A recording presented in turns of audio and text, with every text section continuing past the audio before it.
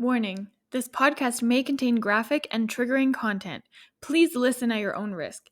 Each individual struggle is different, and everyone's recovery and healing journey is different. Please reach out to a certified medical professional if you need help.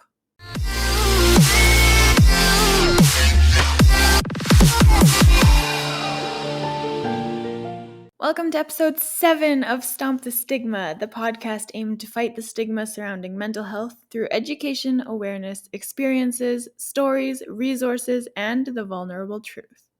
Joining me to stomp the stigma today is Ricardo. He is one of my friends from school, and he is just discovering his mental health struggles now. He's here to share with us his journey and self-discovery from a male perspective and from the perspective of a nurse on the front lines during this COVID pandemic. Thank you for volunteering, I guess, to share your story and kind of open up to me. I know that's really hard for a lot of people to do. I volunteer as tribute, yes. So thank you. I guess you mentioned that you were just kind of starting to scratch the surface of your mental health struggles. What does that mean? To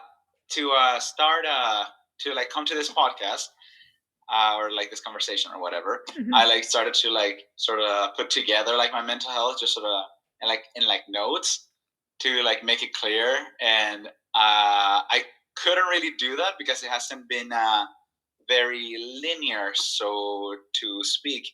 And I guess what I mean by just scratching the surface is that I feel like my proper actual work towards mental health improvement didn't start until probably less than 2 years ago, soon after I started nursing, because it wasn't until then that I felt like I truly realized that I had mental health issues to work on, so to speak. So at that time, as we mentioned, I had just started working as a nurse, and on AHS, when you start working as a nurse, you start as what they call a casual employee. So you only work whenever you can, right? You cannot get you don't have 40 hours a week promise. You just work whatever shift is available whenever they need you, days, evening, nights, whenever. So it's good. Most casuals work a full-time schedule, but they just do it at different weird hours, Yeah. So I started doing that, and I was working days and evenings and nights and days after nights, and it was a whole thing. My sleep schedule was all over the place, and I had a lot of difficulty sleeping. I had always had difficulty sleeping, but this was different, right? Or at least I felt like it was different because due to the shift work, I was just so tired all the time. But I couldn't fall asleep. I would have come home from an extremely busy night shift, no sleep all night, just tired as all heck, and I would just be in bed, and just my brain would still be running, Yep. Yeah, and just couldn't shut up. And so I remember actually I was talking to one of the more senior nurses in my floor, and she was like, "You should talk with someone. That sounds like anxiety." And I remember I was listening to your previous episode, to the one where you talk about the teacher that first mentioned that you had depression, and how you were like, "No, not possible." And I feel like for a second I had that moment too of nah, me, anxiety, what? But then I reflected on it for a second, and I was like, so many things of my life make so much sense if I assume that I've always had anxiety. Yeah. It just made a lot of things just sort of fall into place, kind of. That makes sense. Yep. So I actually went to my doctor and tried to sort of set up I don't know, sort of therapy or counseling or anything like that. And they set me up with a primary care network, which was quite good, but also a little limited. I don't know if you have ever done mental health work through the primary care networks here, but like in my case, it was only for I could only do 6 sessions, I believe, and they were like really spread out because of how busy he was and so on and so forth. So I only could do something like a session a month, roughly, which was adequate for me, but I feel like lends itself to a whole conversation about like funding mental health resources and whatever. But that's a song for another time. Um, anyways, so I started working with him, and then I stop for reasons I can get into later, and then I, sort of like hit like a lull in my mental health like journey, and then I recently actually started going to like a therapy that I can afford through my job benefits. Now that I have like a more permanent position, I have like some benefits, and like that helps out a lot. And this has been like extremely helpful. And this last session, shout out to Carly, my therapist. What? She has been extremely helpful and sort of just helping me understand my mind. So that's kind of what I meant when wow, very long answer. I'm sorry about that. That's okay. That's great. I love it. So yeah, like that's what I mean. I feel like it hasn't been until very recent that I started doing real work. Mhm. But in doing that real work, we're always working. Everyone's always working in their mental health. And only recently I started to do this like actual work with like a professional that I have been able to like look back and just see from like since I was like a little kid, like all the struggles that I had. Mhm. And in my case, my primary struggles are with anxiety, depression, and just a amazing array of body dysmorphia slash binge eating slash just food issues as a whole. Wow, I feel like we are so similar. Yeah. Honestly, I was like listening to your podcast and I was like, oh damn, a lot like what? Alana lived part of my life, I feel. Well, okay, the next episode that's coming out next week is all about my kind of eating disorders and body image and all that kind of thing too. So wait till you hear that one. Yeah. Very interested. Very interested. I totally get that. The like laying in bed trying to fall asleep, like you're exhausted, but your brain is just running like crazy. I get that all the time, and I have to have my phone right next to me because I'm always thinking of stuff and I'm like, "Oh, I need to write this down. I need to write that down." Like always. See, that's like way more commendable than anything I was doing up to that point. Because like again, up to that point, I was already like a nurse. I was already working on a floor and everything. But I don't know. I feel like I hadn't like looked at myself and be like, you have a problem. So like use the tools exist to address it. Mhm. So I was literally just like tossing and turning, just shut up. And then like I don't know if it happened to you, but I would get even more anxiety for like, oh no, it's so late and I have to wake up in Yes. like 4 hours and I'm gonna have enough sleep and it's just like an anxious like cycle that Yes. just yeah. I'm the exact same way. So right now I get up for work at 4:30 in the morning. So 4:30, yeah. 3:45 sometimes. So when I like don't get to sleep at a decent time and I'm tossing and turning and I'll wake up, like I wake up a lot in the middle of the night too. So when I look at the clock and I'm like, "Oh my god, I have to get up in like 4 hours or whatever." I make myself I don't know, just super anxious and I'm like, "Oh my god, I'm going to be a disaster tomorrow. Like I'm not going to have enough sleep." Oh, it's awful. Yeah, absolutely. It's so tough, and like I don't know if it happens to you too, but like if it gets too late, and I'm like I haven't gone to bed yet for some reasons, and something's happening. By the time I get to bed, I'm like extremely wired up. I'm not getting enough sleep, so Yes. it's a whole thing. Yeah. It's a whole thing. And I know that like being on your phone and stuff can be so distracting before bed.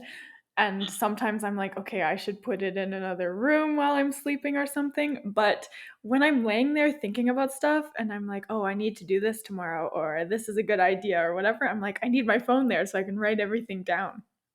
Interesting. So would you say that you fixate more on like tasks that you have to do, or like life things? Yeah, I do. So like I'm super into this podcast right now and I'm like I have episodes planned and I'm like, "Oh, this would be a good question. This would be a good question," or like this would be a good guest and like all this stuff. And then I also like I cook a lot in my spare time. Nice. So I'm always coming up with like things that I want to make and like I'm writing stuff down like crazy. It's so bad. Interesting. See, like my fixations definitely like center a lot more around my insecurities when I'm in Mhm. bed. Like it's more like they always start with something along the lines of like, you haven't talked with this one person in a while, and oh, you should get back to them. Well, you haven't gotten back to them. It's been too late. Now they hate you, and Oh. everyone that's friends with you secretly hates you, or at the very best, they just tolerate you. Yeah, I And get that a like, lot. or if I'm thinking of work, I'm like, maybe did I do something wrong today? I don't think so. But what if I did? And somebody dies, and they fire you, and you can never work. Like very like I easily spiral into like the like ultimate doom scenarios, you know? Yeah, it's all the worst case scenarios that are probably not gonna happen. They still haven't happened. Yeah, They still haven't happened. but Yeah, you yeah. can't stop thinking about it. Yeah. It's fun. It's fun the tricks our brains play on us, eh? See, I think about that stuff like during the day and just at any Ah, time, not when I'm laying in bed, but yeah, during the day. huh. You know, I'm not sure if I ever did during the day, but like, no, I know that I did actually, and that was like probably like the year that I came to Canada when I like was at a very like difficult point of like my mental health journey. But like since then, like I feel like I developed very effective ways of distracting myself, so to speak. Mhm. Like I during the day I've like always learned to like either been worrying about like like I was running a school or a project or a volunteering thing of sorts, or a job, or finding a job, or doing this things for my job, or just like listening to like a podcast, or like learning about something else, or like or having like a TV show or like a video playing on the background, like something that like kept like the external input coming. Mhm. Yeah. And then I guess when I like get to like the end of the night and like there's no more inputs, it's just like, you know. Yeah. Yeah, I totally get that. I distract myself a lot too. Anyone that knows me knows that I'm like always busy. I always have something planned because I get bored really easily.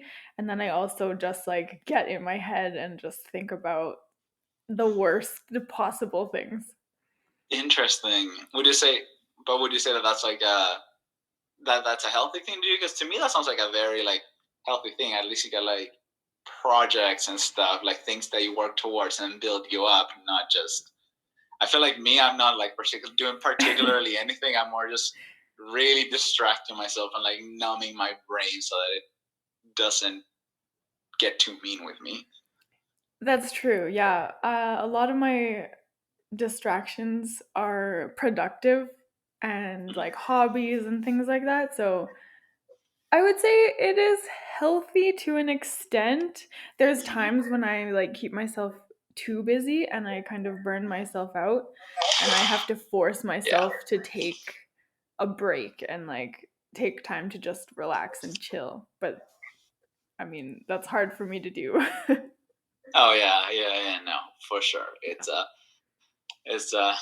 it's difficult with an anxious, hyperactive mind like ours, right? Yeah. Yeah, exactly. Exactly. Mm-hmm.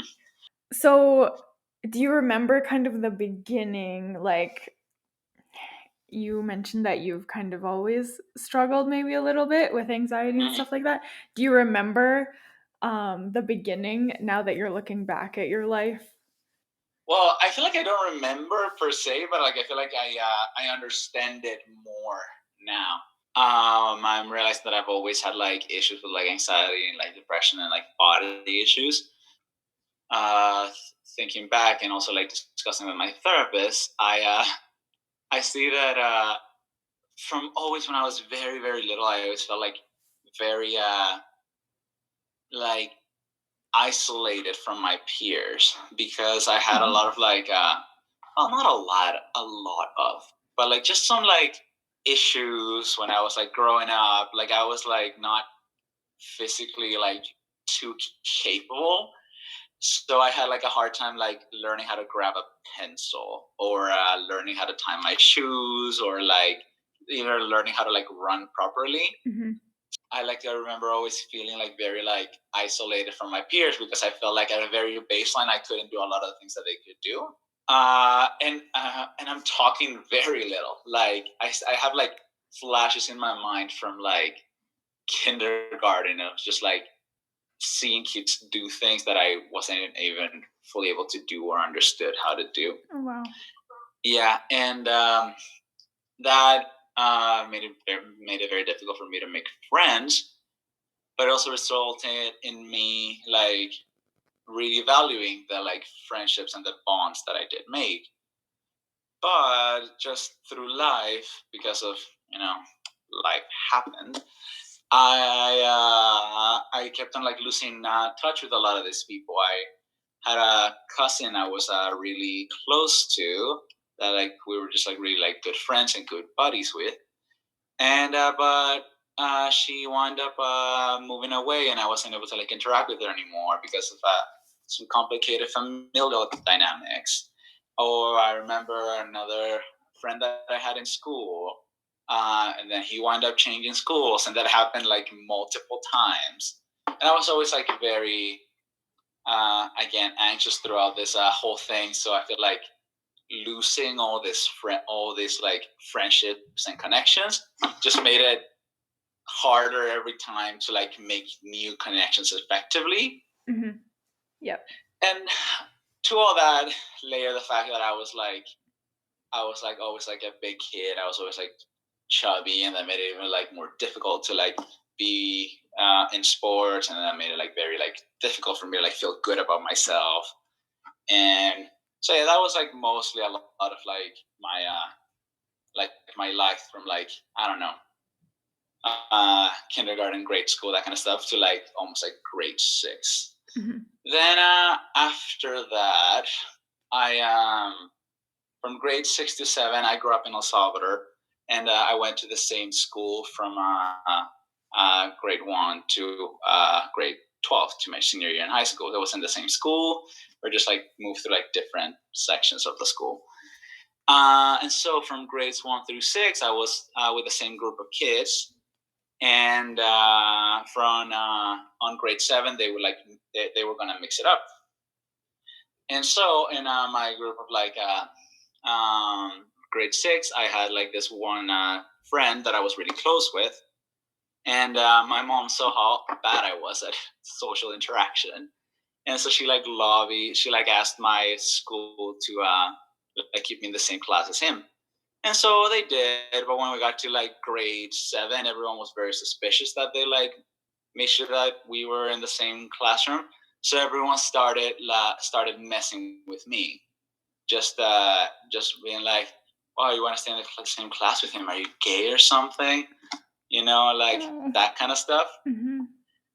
Yeah. So I like actually wound up like isolating myself from that friend of mine, and that was kind of a double loss because after that he also wound up having to like move and like left the country and stuff. Oh my gosh.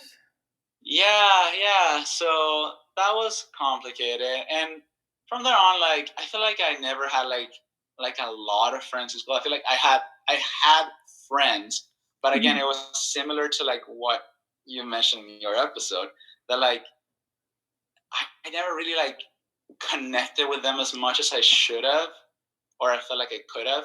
And it's really not their fault. Yeah.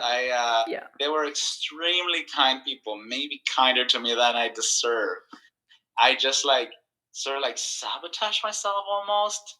I don't know, it was weird. Just like I was a little too anxious, or like my ego got in the way. It was complicated. And actually, I remember in also, I think it was grade 7 or 6. I had gotten like I had gained a lot of weight, so my parents actually took me to a nutritionist, and I lost weight with the nutritionist, and it was really good. But I feel like it started like a trend in my life of like I feel like that's when like the dysmorphia got really bad because maybe for like a year, a year after my weight loss, I felt Yeah. like I actually like I felt like I saw myself the way I actually was. Uh, but then after that, like it was weird because I started like exercising more, sure, and I felt like just like my body was changing because that's just what happens in life. Hmm. And I just like really lost that sense of just how I actually like look and I'm perceived by other people. Like even to this day, I look back on pictures of like a couple years ago, and I'm like, oh hey, I didn't look like a monster. I just looked like a person, you know. Yeah. And so then the year before my senior year in high school, so the summer before my senior year in high school, my family member that was really close to me killed themselves, and I was one of the very first persons that was there when we found them, and I like stayed basically with them as like they were dying, and it was very like difficult and traumatic. Oh my gosh. And I remember like after that, I felt grief, of course, but it was complex. It was difficult to like manifest it almost because I saw that like my parents were also like struggling with the loss and like their own mental health. Hmm. So part of me didn't want to like sort of pile on, like worry them even more with my struggle. Right. And also like it was again raised in El Salvador, very like conservative, very like traditionally religious community. So I couldn't escape the notion that like since it was a death by suicide, was kind of like a sinful, shameful death. Right. Yeah. Like it wasn't like there was never anyone that like yelled at our face that like oh hey no that's a shame like your loved one is going to hell. But like there was definitely like I distinctly remember a moment where somebody was like let's just tell people that he like died of something else, Oh wow. yeah, so like shame around the death, so that wasn't great. And on top of that, for an entirely unrelated reason, like the year after that, my senior year of high school, it's like a year where I was like very like quite intensely bullied. Hmm. Yeah, so it was just very difficult, um and it's hard because I feel like there was also like a lot of like good things that around that time. I did have like loved ones around me. I had a girlfriend that cared about me, like some good friends. But yeah, again, I'm sure that like you understand this whole notion of yeah being surrounded by people that care about you, but feeling extremely isolated. Yeah, going through all of that trauma and everything that happened to you and feeling like you don't really have anybody to turn to, even though you do. Mm-hmm. Yeah, and again through really no fault of their own. I'm sure they all would have been there if Yeah. I would have let them, but it was hard. So yeah, anyway, so that year passes, and I wind up after that moving to Canada, and that's also like a big change and another like set of losses, sort of, because I like changed countries and everything, Yeah. and like I also like I've never been good at staying in touch with people. So like a lot of like the good friends that I've had, I've like sort of like lost contact with them over the years because then and now a little less now. I feel that like whenever I like try to like interact with them, I'm like bothering them. Have you ever had that? Yes.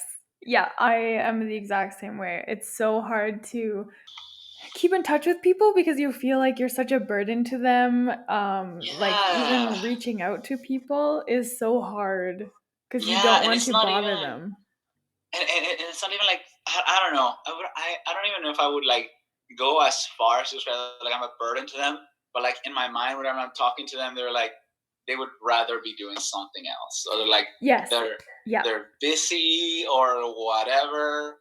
Like, so what have I got to like give to themselves that's better than whatever else they want to be doing or that they're doing at a time? You know? Exactly. Like they have their own lives and they have better things to do than to kind of talk to me or listen to what I have to say, right? Exactly. Or like anything that I have to say is like not important. So like, they don't Yeah. care. Yes, I'm the exact same way. That's why I was like, hard to like keep in touch with people. But I came here and like everyone when I got here was like really wonderful. Like my first year of university, like I mentioned earlier, like was difficult with like schooling and class wise. I think it was pretty good in like me getting to like know people. I felt like I met a lot of people, and a lot of them were like really great people that like I cared for, and there I'd say to care for me. But I feel like I feel like I wasn't not as badly, but like still sort of like doing that whole like anxious self sabotage that we're talking about. Yeah. Just out of the fact that I feel like I was dealing with like a lot again, not having processed my grief and just changing and adapting to like a whole new country. Mhm. Anyways, I so at around that time actually is when I first tried therapy here, and it was with one of those like sort of like master students on the student center. Like, did you ever see those on campus? Like, try those, Mhm. and it was good good enough, but like I I had to like literally almost be dragged to it for by a friend, like great friend.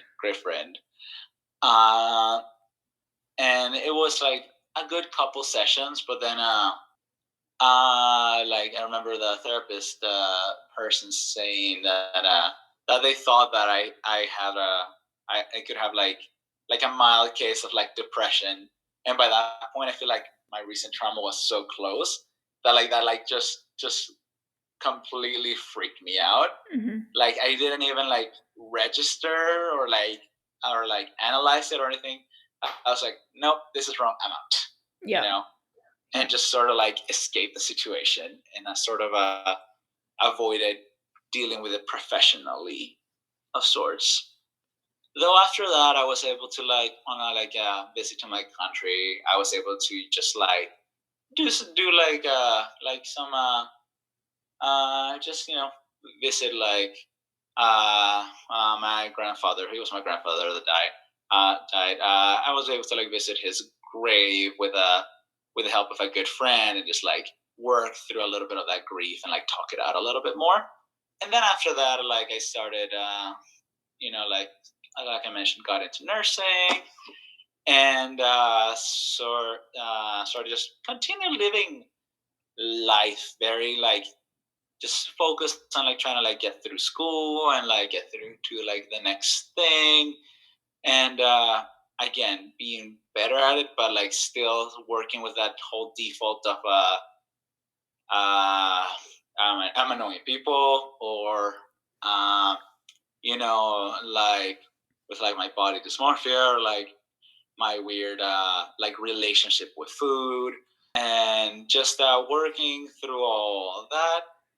And flash forward to like a little while, a couple of years ago, like we mentioned, starting this process of actually like identifying everything as part of a problem, or Mhm. part of a thing that I have to live with, Yeah. you know? Yeah. Yeah. Do you think that you'll ever be, I guess, I don't know if you could call it cured, or is this something that you think will be a part of your life forever? I've given this a decent amount of thought because because I feel like part of me is like hoping that I get quote unquote cured, Yeah.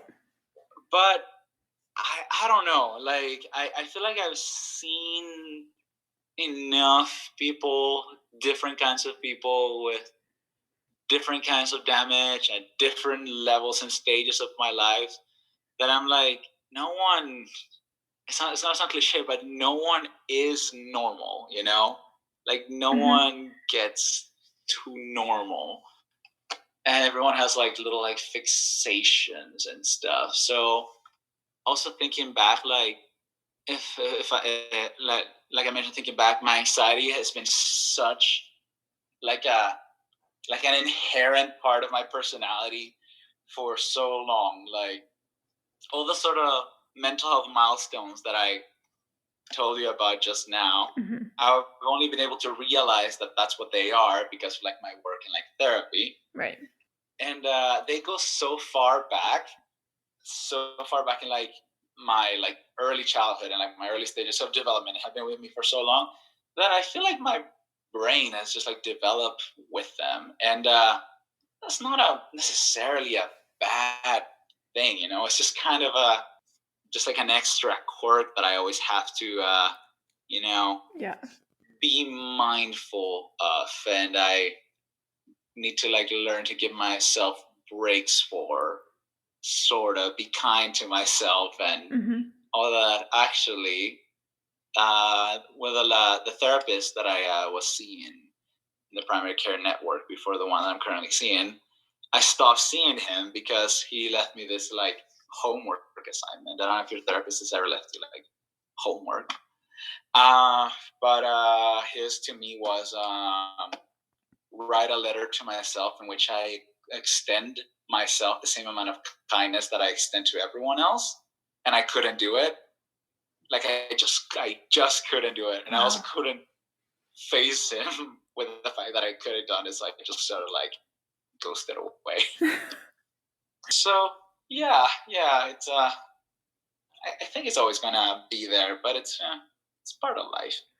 I And it's like not a that bad. you called it a quirk because then it's not like something that's so bad or like that you look at in a negative way. It's just kind of a part of who you are and what makes you you, and that's just something that you have to learn how to handle and how to deal with and process through life.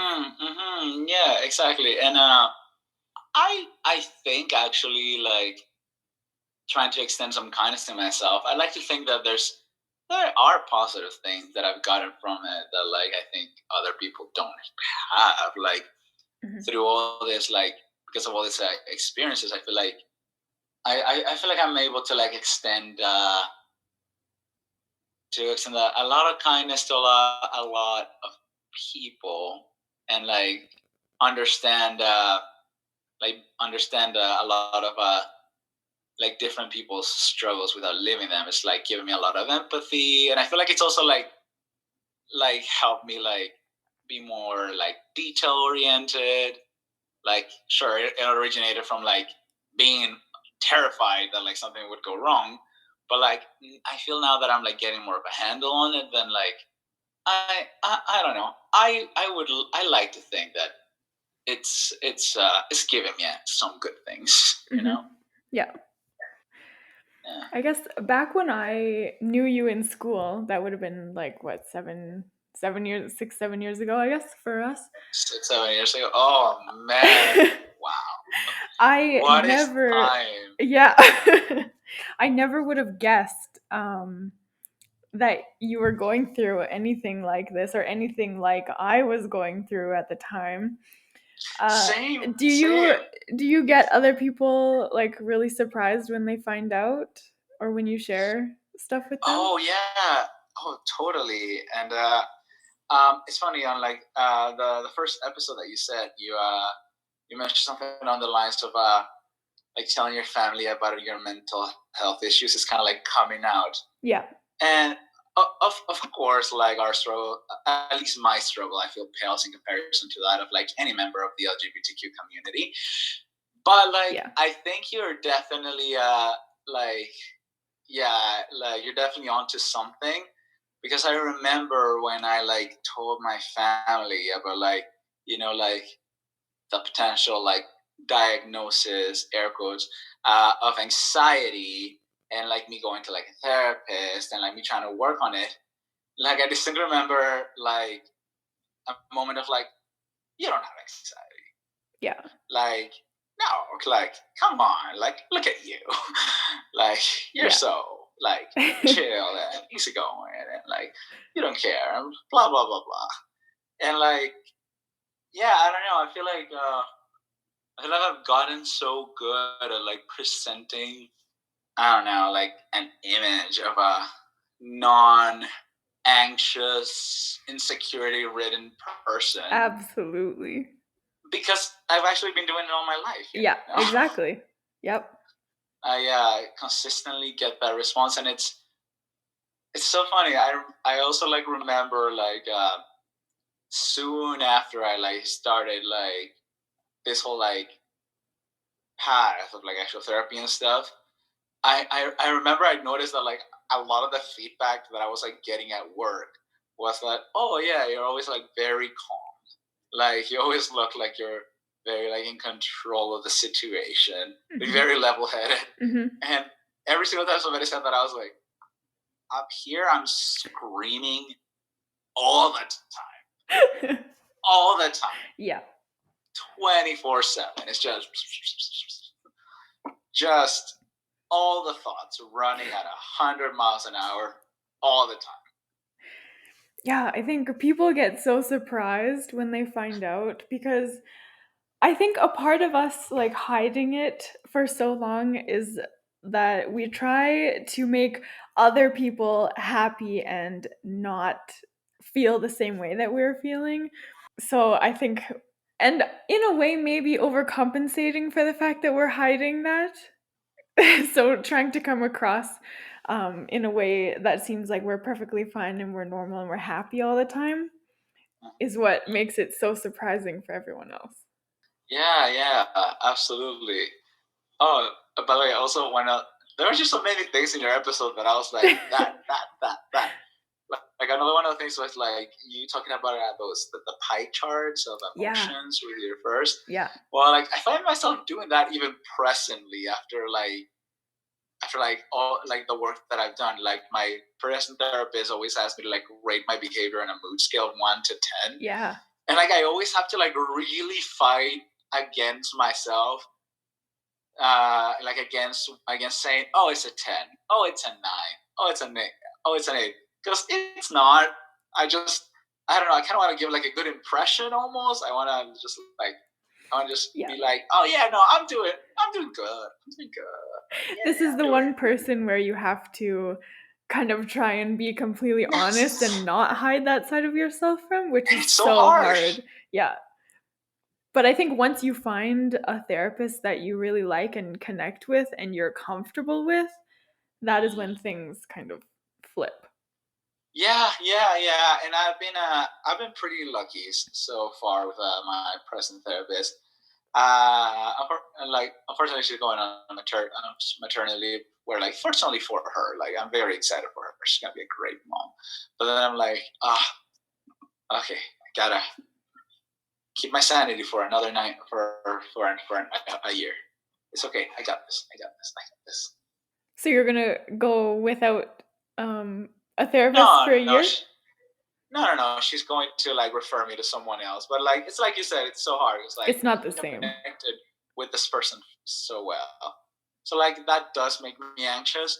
But um, entrusting her, my present therapist, I'm sure that she'll like leave me with somebody that's perfectly equipped to also like help me with whatever else will come up. And I'm sure so many things will Yeah. come up. Because that's Nice. what this last couple of years have been, just a lot of struggle. Oh, absolutely. I mean, even through the pandemic and everything, that's a whole Yeah. other issue on its own, right? Oh yeah, yeah. I feel like the pandemic and like the last year with all like things around the world has just been like a very like giant cherry on top. Like you have your like regular anxieties, and then the world might be ending. Have you found that that's affected your mental health quite a bit? Uh, yes, and in very unexpected ways too. Hmm. Because I feel like it's helped me. Not helped me, but like the fact that we can't really like do much, like has forced me to actually just like spend time by myself, examining like my own brain and like reflecting and everything. Yeah. And like that's been, good and terrifying as it often is. Uh Here's the thing. It's been tough, but at the end of the day I feel like it was almost a good thing for me. Like to Yeah. say that with a lot of like guilt and shame, Yeah. because I feel like I needed like a big thing to like give me pause Yeah. and be like, hey, stop and look at yourself and think. And I feel like I wasn't going to do that unless the world literally stopped. It kind of did. Yes, I would say the exact same thing. Despite how tragic this whole year, this whole event has been, for me, it's been kind of a blessing in disguise, I think. Like, I know Mhm. that so many people are struggling, and so many people have lost their lives and lost loved ones, and I just feel like so much guilt in the fact that I have done so much growing as a person in the past year. And like, yeah, the personal growth, the self-love, the everything, just being forced to kind of be with myself for the past year has been amazing, but I also feel so bad about it at the same time. Yeah, yeah, and it's tough because like I don't know about you, but like I feel like it also comes with like a new array of like insecurities. Because so like in my case as a nurse, like ooh, like get the virus, and I have to deal with like all the protocols that are always changing, and Mhm. just like worrying about like not bringing it home, and like ooh, the amount of shifts available, how much I'm working, what is going to happen with my income when I isolate, like that kind of stuff. That kind of stuff still exists, and it's been like an extra layer of stress, of course, but it's definitely just like I don't know, sort of just just something else on top of every other anxiety that I have Yeah. that has just been with me for ages. And so yeah, it's been an interesting year for sure, for all that. I feel like one of the great things, if I can like focus on that in order just to not like wallow too much, has been the fact that I've been able to like learn to call my brain out almost, Mhm. like learn to be like, okay, no, stop, you're being stupid, or being like, no, you know what, I actually do want to I don't know, I actually do want to spend more time I don't know, playing the guitar, which I hadn't done in ages. I actually do want to like spend more time reading, just for like pleasure and for myself. Yeah. I don't know about you, but I found that there were like so many things that I had like sort of tricked myself into thinking that I didn't like or that I didn't want to do. Mhm. And by way of, you know, examining a lot about myself this year, I've I've been able to just be like, no, I those are things that I want in my life, and that enrich my life, and that I want to like, you know,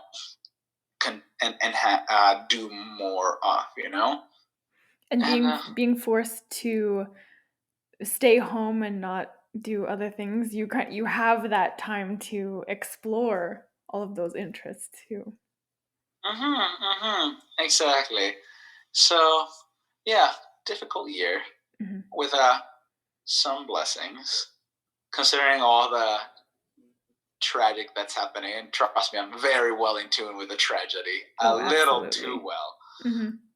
But I don't know. Focusing on the nice things is good. The other day, I was thinking, um, at the end of 2019, I went to like a masquerade with some friends for like New Year's Eve. Yeah. And it was a lot of fun. I had a great night, and I was like, oh man, 2020 is gonna be awesome.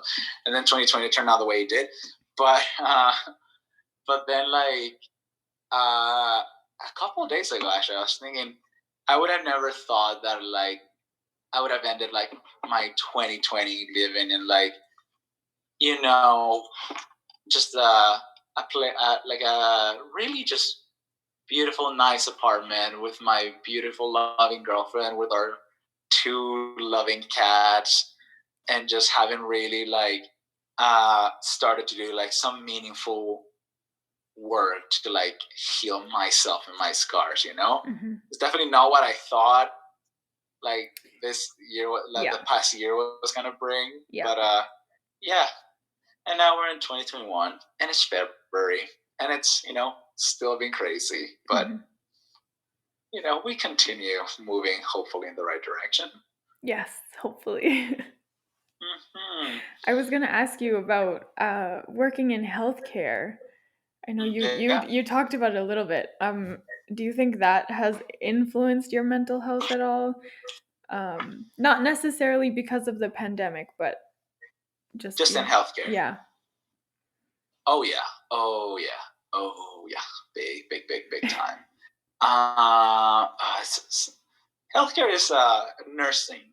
Nursing is nursing is the best and the worst job in the world.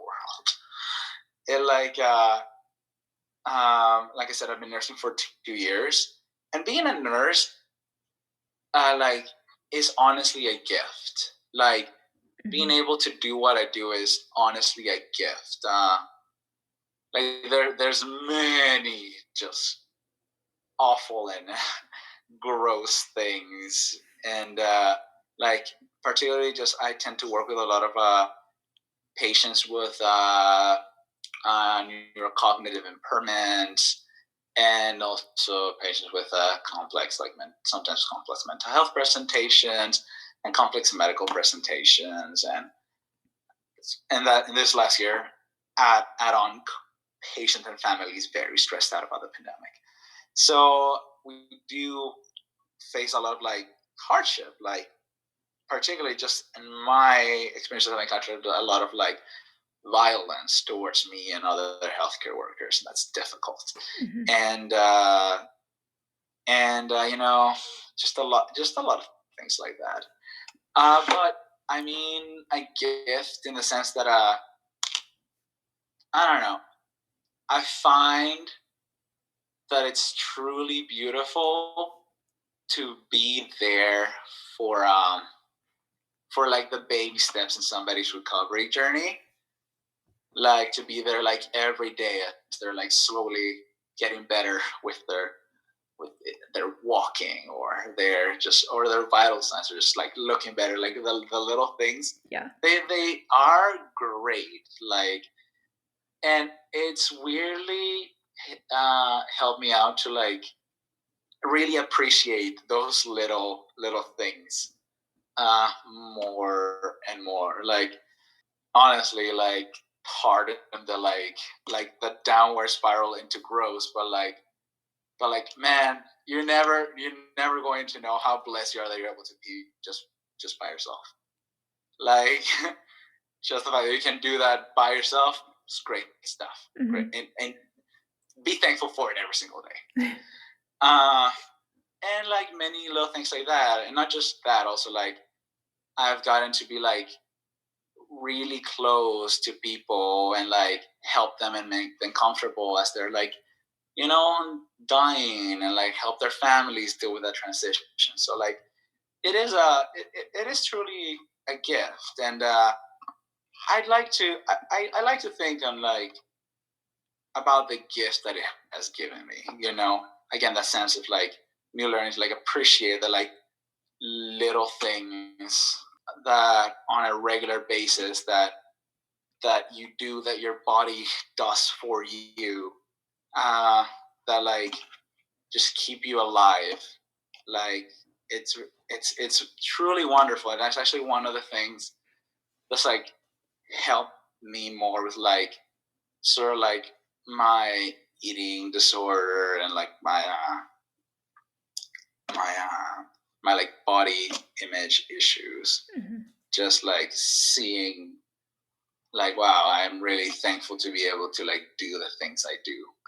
And you know, in your last episode, you also mentioned like you thought about like death a lot, Mm-hmm. and like I feel like I never did until I started like uh, I started working in as a nurse, and I feel like, but now I do. I don't like obsess over it too much, but I'm more like obsessed with I guess this is a negative kind of, but I'm really not a negative. I don't know. I've got to like really focus on like, do people understand what they mean to me for some reason? Oh wow. Yeah.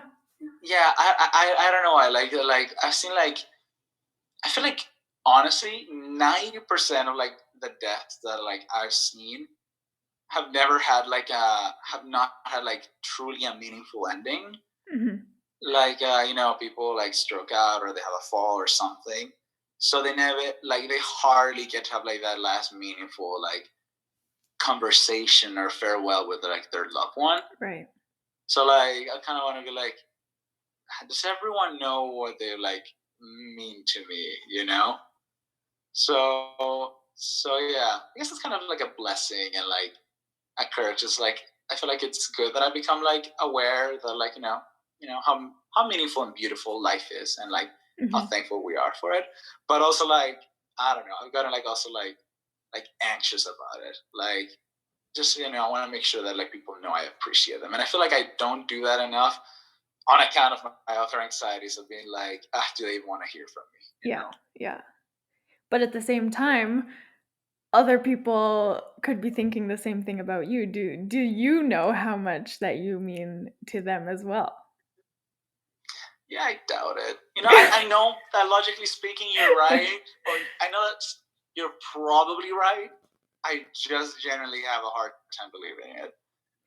But that's Yeah. you know, that's my dumb brain It trying comes it its comes with the darndest to work territory. against me. What's that? It comes with the territory. It straight up comes with the Yeah. territory. Yeah, and I guess if like I'm gonna be like fully honest and like get into like also like the tough sides about like being in healthcare. It's interesting. I feel like I just did my anxious thing where I like led with like all the like good things, and I have to like really force myself to actually talk about the bad, just to like so I don't make you or whoever listens to this feel too uncomfortable. You know. But that's what we're here Uh, for. I know. See, it's the same thing. It's just Yeah. like no, honest. Talk about the good. Talk about the bad. Anyways, it is tough. I don't know. Sometimes, particularly like the last couple of years, again, not to get too into it, but it's been hard working, entering the workforce with what it feels to be a government that actively hates your profession. Mhm. So that's been not great. Uh, Working through the pandemic, it's a lot of like fear and anxiety, and it's been made rough by like decisions that are made by I don't know, like management and like people on like higher levels that sometimes either you don't agree with or you don't fully understand. And at the end of the day, you're the one that's like there with the patient every day. So you're like, I don't know, like it feels like you're putting my life at risk, and that's not great. Mhm.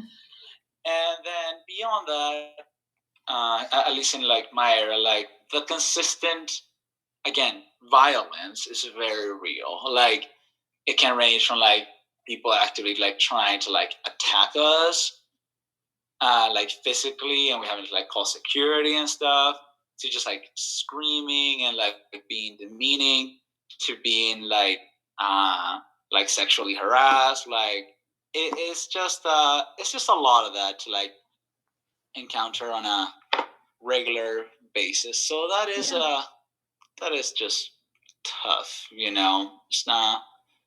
It's not great. But again, I try to balance it with all the good things that I've gotten from it. But it's also because of all those things that I'm like, maybe I don't know that I can stay on this bedside nurse role for too long. Right. And also, like again, the shift work is it's just tough, like getting at most every other weekend off is hard, and like working schedules opposite to your loved ones, then you feel like you never get to see them. Yeah. In a sense, it feels like a profession that can be very conducive to isolation from anyone that's not a nurse, Mm-hmm.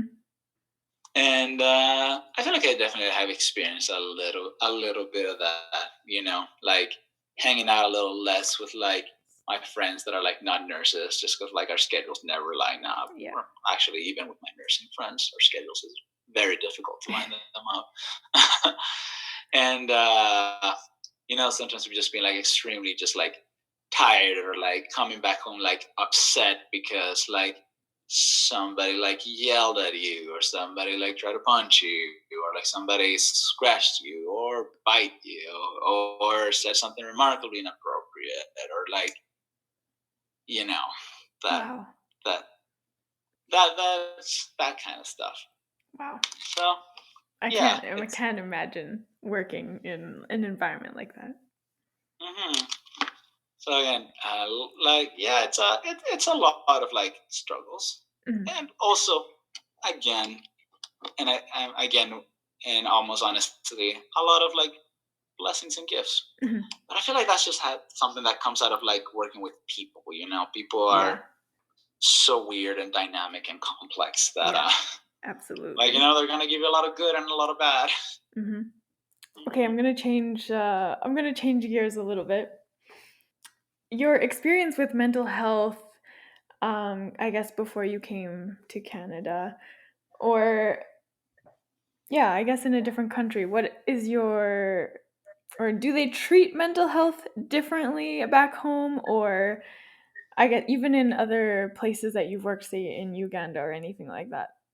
Mhm. Is it? Did you find it to be very different from here, or do you have enough experience with that?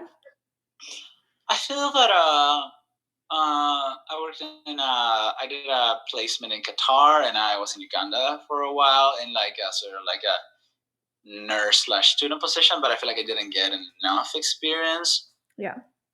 with mental health to like talk broadly about it. But like from back home, I would say oh, it's difficult because there's a lot of layers to that question, and like also my mind thinks in a lot of layers. Uh, so I remember, for example, like my most close experiences, what I mentioned with my grandfather that committed suicide, Yeah. and they very much put it in that biological model of like, oh, it's like the chemical imbalance in your brain. So that's how it was explained. That's how it was understood, and I yeah, for the record, like I fully I'm aware that that's how it is. That's part of like mental illnesses, like genetic, biochemical, like predispositions that like Yeah. just throw you off the whack a little bit. But I feel that it was never explained to me, and it was never. I don't think anyone understood that it's not just that. Like it's environmental factors, Yeah. it's your support networks, it's Yeah. your financial security, it's like what nine to 10 factors that like all like influence your like mental health, at least as per Johan Hari, last I read. And so it was very much treated like that. And again, that was good. It's better. It was never something along the lines of like, oh, just like a fix yourself or like get it together kind of thing. Mm-hmm. So it was very much in like that major case, it was treated like that. But then mental health and like sort of my the way that I struggle with it, I don't think, at least I never saw so much understanding um, that mental health was just something that people struggle with on a daily basis. Mm-hmm. I feel like the models that I saw, that I was raised in, it was very much, like depression, anxiety are those things look like they look in like those like I don't know award-winning movies, so to speak, where Yeah. they're like dramatically hitting themselves, or like they're in like this mental health hospitals, or like just making like this huge scenes, or like eating disorders are just like the extremely skinny pretty girl that's Yes. just Yeah. like that kind of stuff. Like it was never understood that it's just like something you deal with on like a regular basis kind of thing, something that like anyone could be dealing with at any point. Yeah. Like that component definitely was lacking.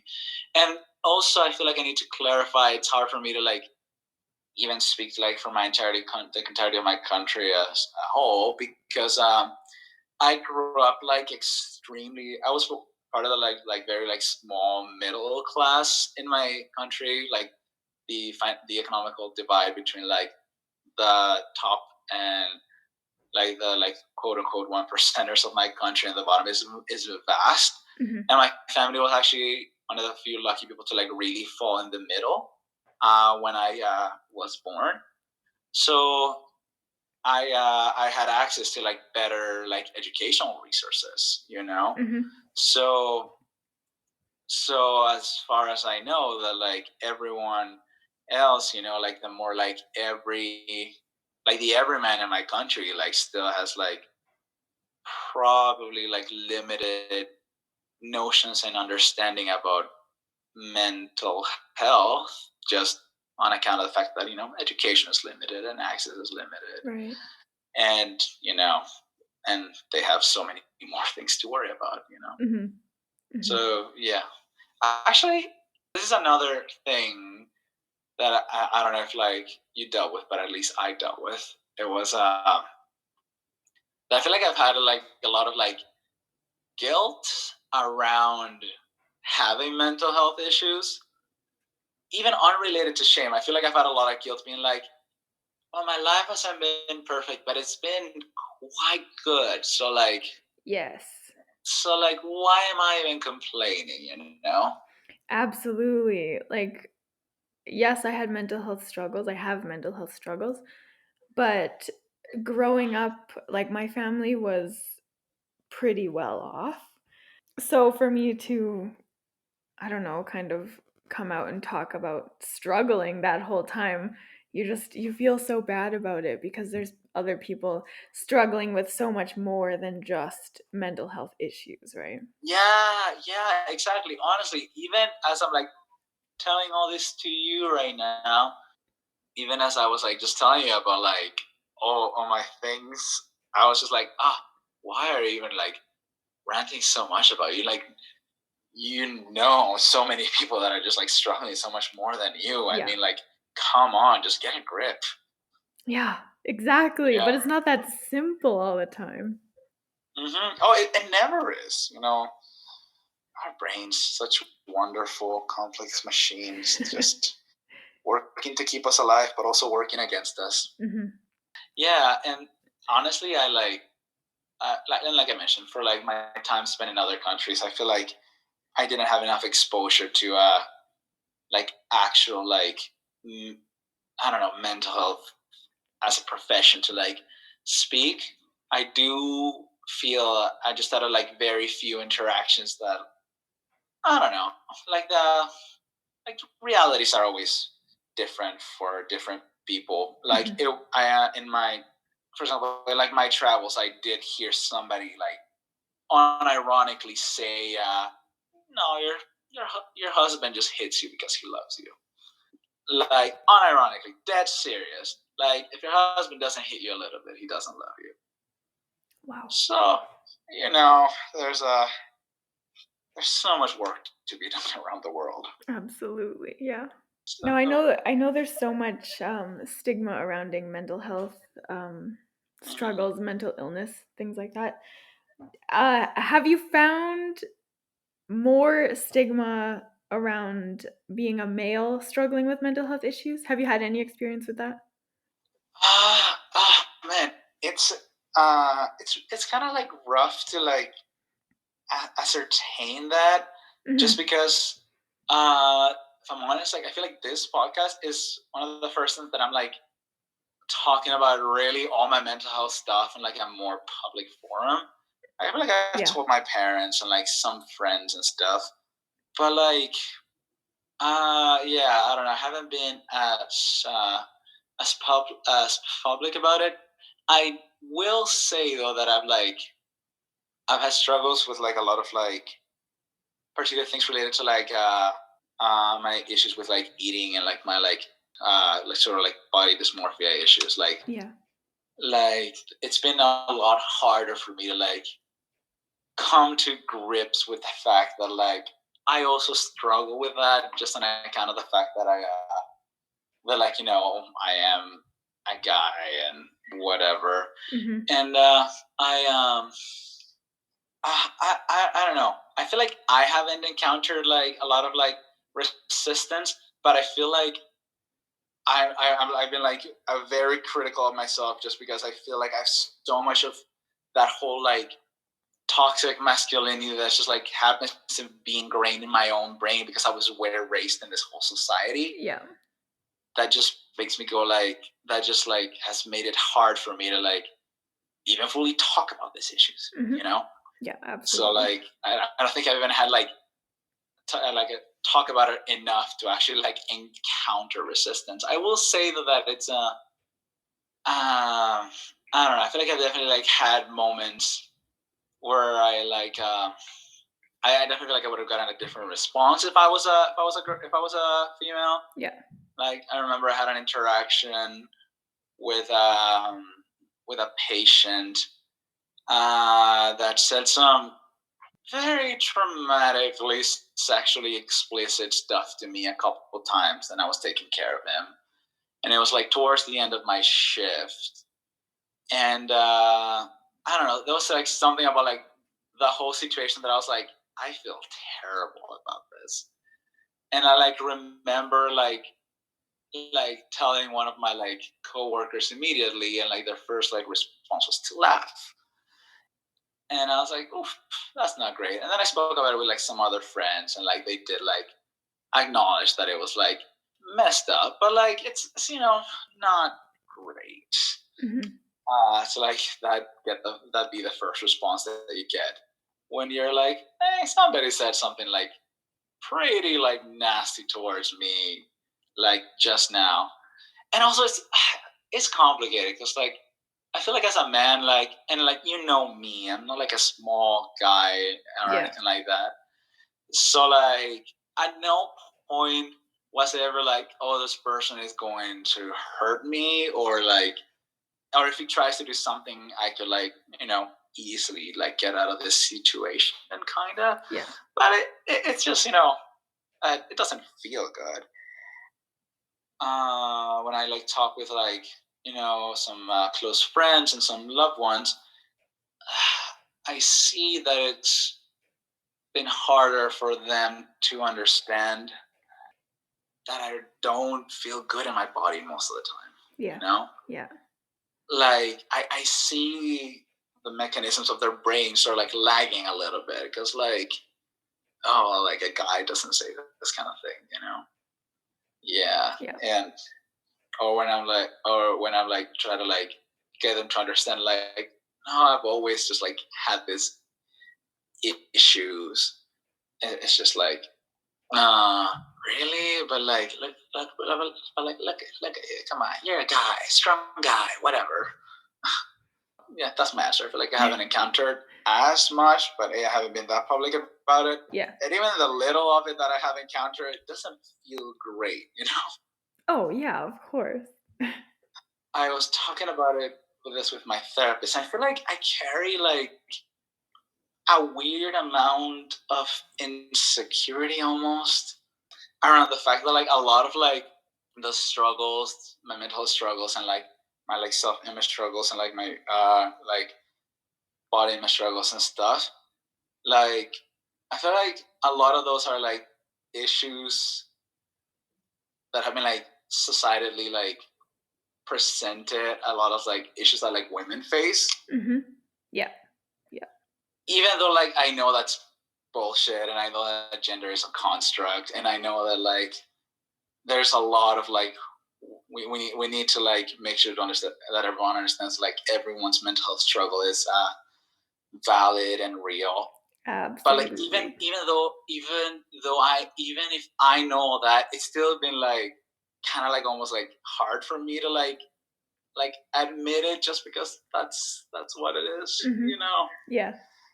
I feel like that speaks to like how internalized like misogyny can be in like a society like ours. You know.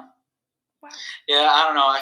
I'm a very like lefty SJW person, so I'm sorry if I'm like slowly spiraling into that kind of No, topic. that's okay. That was great. Okay, I don't want to keep you too long, but Honestly, this has actually been great. is this therapeutic for you a little bit? Yeah, of course it is. Good. I don't know, like seeing that you like actually like look engaged and interested, and just based on your retailing of your own experience, I know that you like actually understand it. Yeah. It's very meaningful and great, and like part of a. I'm sure you're gonna make a great impact with this. Oh, thank you. I know it's so much easier when you can talk to somebody that really understands what you're going through and what you're talking about and can relate to you. Yeah, It's a whole different experience. Yeah, and even like just now, I found that it was like easier to like sort of like come out and like being like I've struggled like with those issues because of that. Because in my mind, I was like, well, but what if like somebody out there like needs to like listen to somebody like me, Exactly. having this struggle, Mhm. And like I'm also fully aware that I'm like a Latino man, so like sexism is like sexism and like where like gender dynamics are like such a complex part of like my culture that like Mhm. it's definitely important to like have this like honest and open conversations. So I thank you for that. Thank you for giving me a little bit of space for that. Well, thank you. I'm so happy that you could come on and share everything and be so open with me too.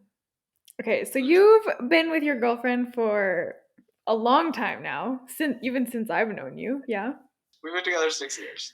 Okay, so and you've kind of just started exploring your mental health struggle in the past couple years, kind of coming in tune with it. Um how how much did she know about it before then, and how has her kind of support of you changed over the years and through your journey? I feel like okay. So one of the great sort of like strengths in our relationship has been our like almost brutal honesty. And like Mhm. I've always been like very insistent of like talking about things through and through and getting to like the root of the issue. So like for example, like if we don't really fight. We've only ever fought like twice in like the 6 years, but we have issues. So like whenever we have issues, they don't like it's like once in like every like 3 months or something like that, there's like an issue. But whenever something like that comes around, we wind up having like a 6-hour conversation about it because we like to get to like, I don't know, the insecurity that's being triggered by like whatever the problem is, you know? Yeah. So I I feel like our relationship has been very aided by that. Also by the fact that I actually met her very soon after I came to Canada. Like my first job was at a booster juice, and great job. And she started. I started working there, and she moved to my location soon after I did, and we became really good friends. And then, as friends, I feel like we got to talk a lot about like our life experiences and like, you know, like my own trauma and my little like experiences and her own. And like I was very clear with like a lot of like my traumas, like with like sort of like my bullying a little bit, like the situation with my grandfather. And then as we were dating, I feel like um, because of like our conversations, our extremely like honest conversations addressing the issues, she got to like, I don't know, learn about what made me insecure, what made me like take, what made me anxious, that kind of stuff. Mm-hmm. And her like reaction was like very close to mine. And like once I was able to like tell her, hey, I think this is like anxiety and this other issue related to it, she was like, huh, that makes a lot of sense. Yeah. So it's been she has been really great through and through. It's been hard sometimes. I'm not gonna lie, just because I don't know if I don't know if you've experienced this, but I feel like through like therapy and very like active treatment and reflection, I feel like your personality like starts to change. Mm-hmm. And there's definitely been moments that it's just like, oh, you didn't used to do that before, or like you used to do more of this, that kind of stuff. I distinctly remember we had one of our like issues, one of our like little like spats, and I like did some like negative self talk out loud, and she was like, "Oh, I haven't heard you say something like that in ages," and I feel like that moment helped her realize, oh, you've actually done like a lot of work and come like really far in your struggles. Mm-hmm. And yeah, it's been mostly great, and she's been great through it. But you know, it's just difficult because sometimes, because as you mentioned, as we've mentioned, you were trying to like maybe not change, but definitely like adjust a major aspect of our personality. Mm-hmm. And you know that creates tension within yourself, and that sort of like inevitably leaks out. But you know, so far she's been quite understanding of like my more complicated moments, and I feel like it's even sort of helped her almost, because she's also put in like in a back burner to like deal with just a lot of like her past experiences. Mm-hmm.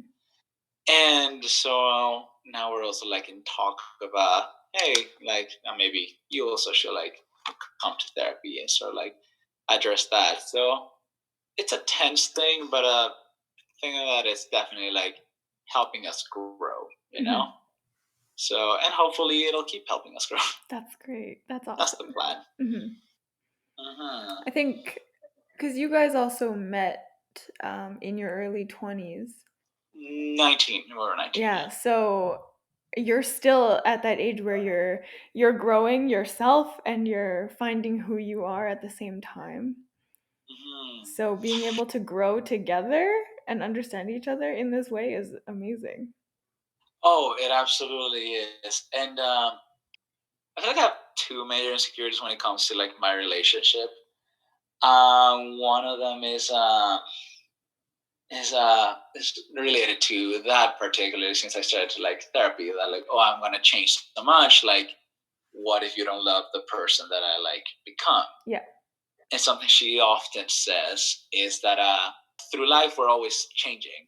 Like we're always changing through life. We're always becoming different people. So that's just what happens. That's just what happens, man. Like you're gonna change, and like yeah. Hopefully, I'll like still like you. I'm sure that I will, but like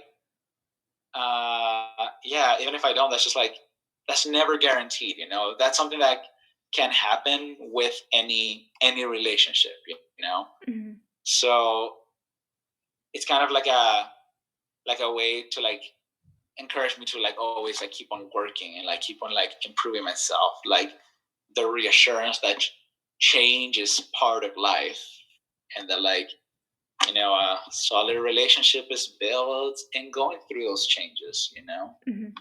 Absolutely. And the other thing that she says is, well, the other anxiety that I have is, sorry, mom, that I just sometimes feel that like she will be a lot happier if she like weren't with somebody that like just had all this like weird, complicated things to deal with. Mm-hmm.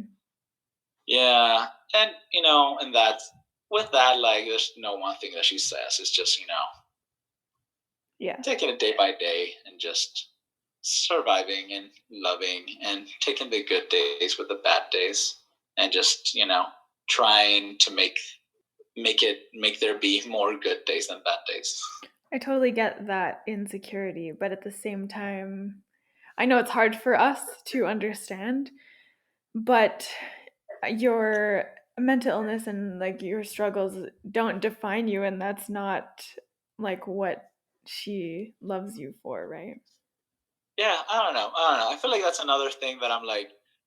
I feel like that's like part of like where I'm at personally, like Mm-hmm. my therapy journey, like figuring out what it is that does define me. I feel like just because of Mm-hmm. like my anxieties and experiences and struggles, I've spent a lot of my time just like I don't know, not being something. Yeah. That makes sense. Yeah. But I'm like now more working towards being defined by hopefully the good things in my life. Like seeing myself as whatever it is that I am good at. Yeah. I don't know. It's hard to describe. It's Yeah. hard to describe. No, I Yeah. understand. Yeah. Hopefully, everyone that like listens to this like understands the jargon of people with weird mental health presentations, because I feel like half of this episode is just gonna be me and like you understand, right? You get it. Yeah. So, on that note, do you have any advice for, I guess, partners of people who are struggling and maybe they don't quite understand what they're going through or how they're feeling? Do you have any advice on how to support them or anything like that? How they can help? Understand that by and large, whatever your partner is doing or whatever the affliction is, whatever the trouble is causing, it's not about you. It's I don't know. I feel like that's very basic advice, but like always understanding that like whatever that person is doing is more of a manifestation of their own insecurities, their own problems, their own struggles, Yeah. and it's nothing to do with you. If they are quiet, it doesn't mean that they don't love you, they don't want to, or they don't want to be around you. Yeah. Or if they're like snappy or something, it doesn't mean that like they hate you or like they're angry at you. Like by and large, it's mostly like just like them working on themselves, and most of the time not knowing what to do with all that's going on in their heads. And by the way, I feel like I need to say like this doesn't mean like stay with somebody that's like dangerous or like being like terrible or anything like that. But like if your loving, kind partner is like having tough days or being distant to you, it's mostly about them. It's just Yeah. just yeah, don't take it personally. Absolutely. I agree. Very round, yeah, very roundabout. Sorry. No, that was great. That was awesome. Okay, well, that is all the questions that I had for you. Is there anything else that you wanted to touch on? I don't know. Again, like might be a little bit of like a cliche or whatever, but like to like any man that like listen to this or anyone that loves a man or has a man that they care about in their life that are like struggling with like mental health, like your struggle is so real, man. Like your struggle, your difficulties, your problems, they're all real. And I know you hear this a lot, and I'm going to say it again, but none of what's happening to you makes you any less of a man, you know? Doesn't make you any less strong, any less worthy of dignity and respect, doesn't make you any less of a father, a husband, a partner, a brother, nothing. You have problems, and we all do, but you're still dope because of it. Honestly, that's and that goes for actually everyone with mental health issues and struggles. No matter how big or small they are, you guys are hella valid and hella strong. Thank you so much for tuning in today. Feel free to reach out at any time. Share your story, speak your truth, and together we can stomp the stigma.